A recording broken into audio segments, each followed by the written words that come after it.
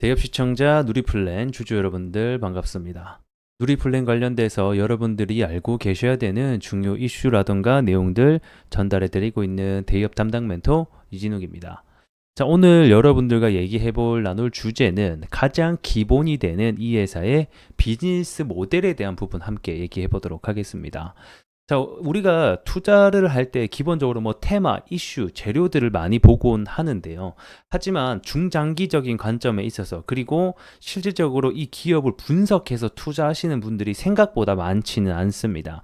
그렇기 때문에 이 기본적으로 이 회사의 어떤 사업 현황, 매출 구조, 재무가 어떻게 되고 있는지를 알고 계셔야지만 이쪽 확신을 가지고 그리고 안정적인 투자가 가능하겠죠. 그래서 오늘은 이런 비즈니스 모델에 대한 이야기 전반적으로 함께 얘기 나눠보도록 하겠습니다. 사업 현황 먼저 함께 보도록 하겠습니다. 자, 도시건설 부분에서 20% 맡고 있고요. 보도 육교라던가 뭐 교량 이런 것들이겠죠. 그 다음에 경관 조명, 말 그대로 조명입니다. 여기서 20%. 그 다음에 건설 플랜트 부분에서 60% 가장 많은 비중을 또 차지하고 있네요. 그리고 뭐 나머지는 좀 비중이 미약하기 때문에 간단하게 보시면 될 것 같고, 홈페이지를 통해서 보게 되면 이러한 교량이라든가 뭐 도로 같은 부분들 건설을 하고 있는 것으로 보여지죠. 뭐 설계 뭐 공모도 하고 있네요. 그래서 이런 보도 육교 아래 들어가는 교량 받침 부분을 또 하고 있는 것을 우리가 확인해 볼 수가 있고, 그 다음에 울타리에 들어가는 안전 시설물, 그 다음에 도로 시설물, 방음 터널이라든가 뭐 방음벽 같은 거 있죠. 방음벽. 이런 것들을 대부분 하고 있고 만들고 있는 회사다라고 보시면 좋을 것 같습니다. 우리가 이 사업 현황의 비즈니스 모델을 통해서 알 수 있는 부분들이 몇 가지가 있는데, 첫 번째 이 회사는 역시 건설과 플랜트를 주로 하고 있는 회사다 보니까 건설 경기 시향에 따라서 주가가 움직일 확률이 굉장히 높겠구나라는 것을 어느 정도 유추를 해볼 수가 있을 것 같고요.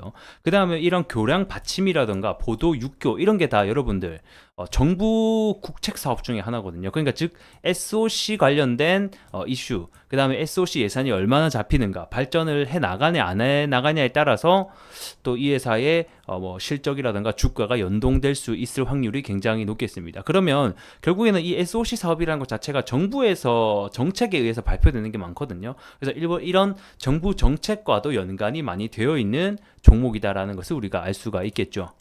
그리고 또 하나 여러분들이 알고 계셔야 되는 게 이 누리플랜이 이 모든 회사, 그러니까 모든 저 사업부를 담당하는 게 아니에요. 그러니까 종속 회사를 아래 둠으로써 그 종속 회사가 하고 있는 사업 부분에 대한 매출이 누리플랜에게 연결 실적으로 잡힌다라고 보시면 되는데, 이 누리플랜 같은 경우에는 아래에 뭐 누리온이라든가 파워 글라스 글로벌, 뭐 유니슨 HKR, 누리웍스 등등 해서 이렇게 맡고 있는 자회사가 있다라고 보시면 될 것 같습니다. 그래서 누리웍스 같은 경우에는 뭐 이런 조명을 담당을 하고 있죠. 그다음 파워 글라스 누리온도 마찬가지로 조명 담당 회사라고 보시면 되겠고, 나머지 이 유니슨 HKR이랑 그 다음에 누리플랜이 건설 부분을 담당을 하고 있는 회사가 되겠습니다.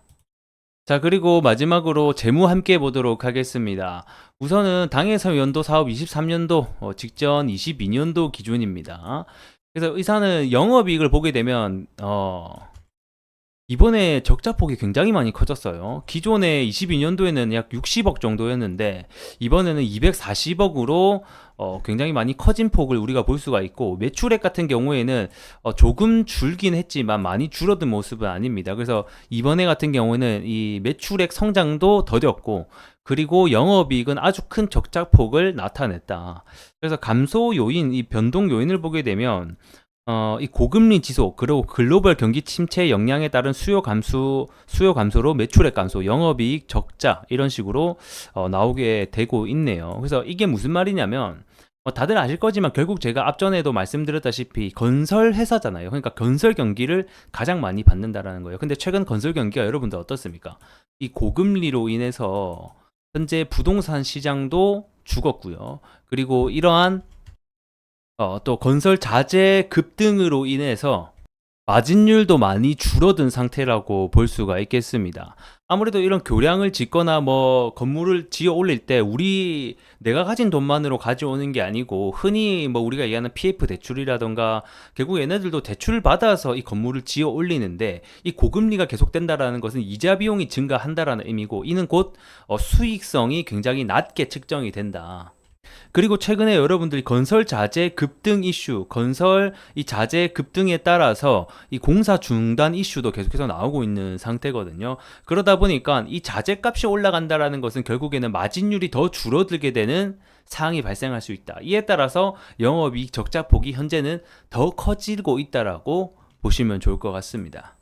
자, 오늘 간단하게 이 회사가 어떤 회사의 모델 구조를 가지고 있는지에 대한 여부 함께 살펴봤고요. 그리고 이어서 현재 시황은 또 어떤지 같이 한번 살펴봤습니다. 자, 정리를 간단하게 해드리자면 결국에는 건설 플랜트 관련된 사업을 주로 하고 있는 회사고, 뭐 나머지 조명 부분도 있긴 하지만 결국 조명이라는 것도 인테리어 건설에 포함되는 부분이기 때문에 이 건설 시황에 따라서 이 종목의 어떤 주가 행방도 달라질 수 있는 기업이다. 실적이 달라질 수 있는 기업이라고 보면 될 것 같습니다.